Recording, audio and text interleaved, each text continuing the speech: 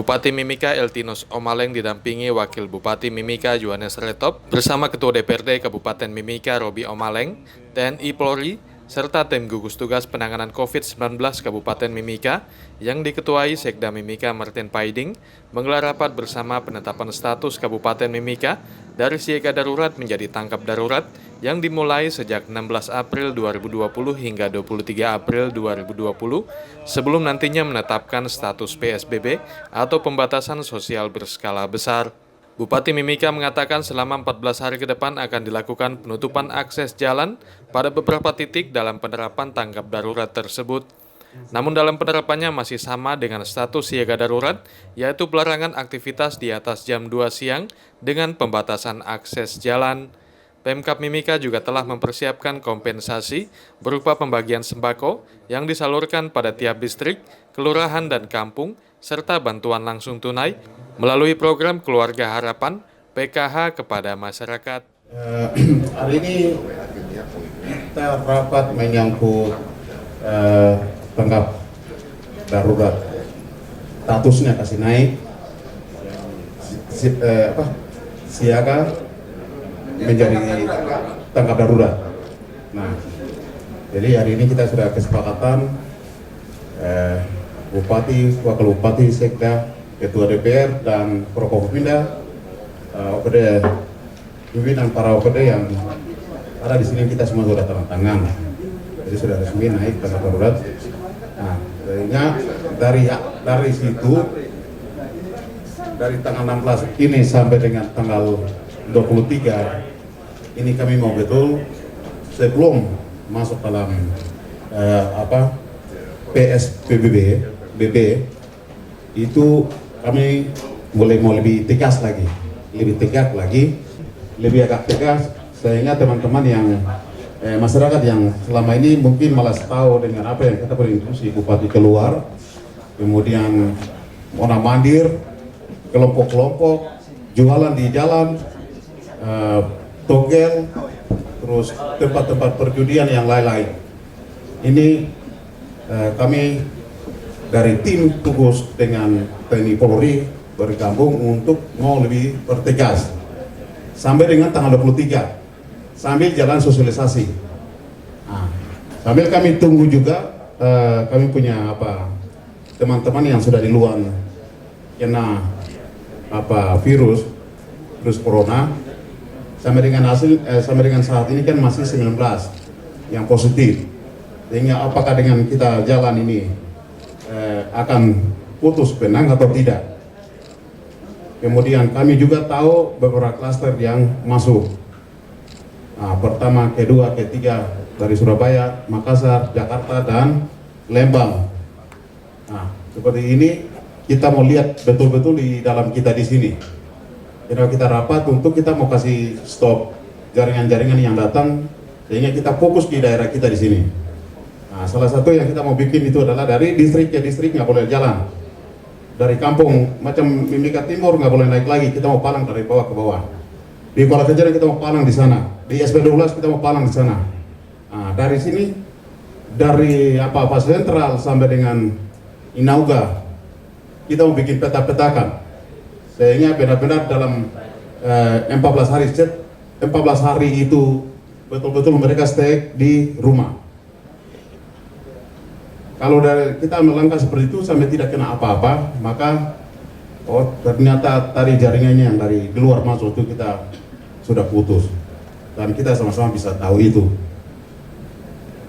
Ternyata di dalam ini dia muncul dari 19 jadikan 20, 25. Nah, itu baru kita akan menurut lagi ke Kementerian untuk berubah statusnya. Orang disebut-sebut dulu lockdown. Lockdown itu artinya kapal barang pun di stop, argo pun di stop, pesawat juga di stop, semua begitu. Jadi sementara ini belum, masih kita kerja keras dulu dengan bentuk status ini kita kasih naik sampai tunggu lagi. Kita sudah dengan hasil yang rapat ini kita akan kirim satu syarat yang di Menteri minta itu kan yang ini. Kita setelah kirim ke sana, kemudian persetujuan turun, itu baru kita bikin PSBB. Nah, itu yang kita mau lakukan, hasilnya seperti itu. Maka kesepakatan kita hari ini, hari kita tanda tangan. 3 kecamatan kita sudah jalankan bagi-bagi sembako. Kemudian di 14 distrik yang lain kan belum, 12. Sehingga kita mau, kalau keamanan di daerah gunung sana sudah aman, kita akan kontak koordinasi dengan keamanan yang ada di daerah-daerah. Kalau bisa dimungkinkan untuk kita masuk, ya kita akan melayani juga di daerah gunung. Kemudian kami tadi banyak yang masukan bagaimana dengan orang yang tidak punya apa-apa. Nah, itu kan ada aturan-aturan pemerintah sudah ada. Nah, mungkin kita bagi dengan sembako, kemudian nanti ada BLT, PKH, macam-macam itu kan sudah siap. Jadi jangan takut kalau kita bilang kamu di rumah, dengar aja. Karena data itu sudah ada di RT-RT masing-masing. Tidak mungkin tidak ada. Seperti ada juga kan datanya ada. Kalau tidak ada berarti manusia liar, Pak. Ya kan? Jadi begitu. Pasti pemerintah kita akan perhatikan semuanya yang ada di kabupaten. Bentuk apapun. Jadi jangan takut dengan nanti kita tidak dapat apa-apa. Jangan. Bukan karena kamu hidup bawa-bawa ojek aja, bukan. Kamu juga manusia kok. Kita bisa perhatikan seperti itu. Sekian puluh orang yang kita harus rawat di rumah sakit ini kan memang kurang artinya ruangannya, kemudian persiapan bed, tempat tidurnya dan lain-lain. Sehingga memang kita punya di sana kan ada bangsal-bangsal yang lain-lain. Kita bisa renovasi untuk dipakai, tapi sementara ini kan kami belum siapkan anggaran untuk berbagai rumah sakit yang ada di sana. RSUD kan banyak bangsal, kita bisa bagi-bagi. Nah itu yang kalau meningkat positif dan lain-lain untuk rawat di sana. Tapi kalau yang untuk ODP, PDP, OTG dan lain-lain ini kan kita juga masih cari, masih selain dari yang rumah rusun. Nah, kami juga pemerintah lagi usahakan kira-kira tempat yang pantas untuk kita tampung orang sehat ini di mana keluarganya. Ini yang kita lagi cari.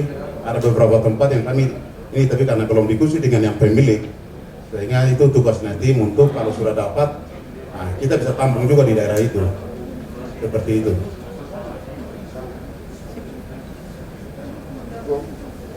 Mungkin saya tambah saja sedikit ya, jadi berarti mungkin ke depan seperti itu untuk mengantisipasi tempat tidur dan lain-lain, ya mungkin ke depan RSMM itu menjadi hanya rumah sakit RSUD menjadi spesial untuk COVID, sedangkan pasien-pasien lain kita pakai di rumah sakit yang lain. Itu salah satu alternatif yang akan dipikirkan. Tapi pemerintah tentunya punya tanggung jawab untuk hal itu. Tapi yang paling penting jangan tambah penyakitnya. Jadi masyarakat harus sadar penuh supaya tambah terus ya. 4 itu sudah dilakukan, tapi masih sebatas kita masih imbau. Tapi kalau PSBB-nya turun, kita akan lakukan sanksi. Sanksi sudah jelas ada di dalam Undang-Undang Karantina Kesehatan yang turun pada PP 21 tahun 2020 dan juga kemudian menjadi Kemenkes nomor 9 tahun 2020 terkait dengan sanksi-sanksi dan pedoman-pedoman yang dilakukan dalam PSBB. Saya kira itu saja. Jadi begitu dapat, ya masyarakat kita sanksi. Benar-benar ada aturannya. Tim Liputan Papua MC TV. Mobil pribadi agar mulai beroperasi dari jam 6.00 hingga jam 14.00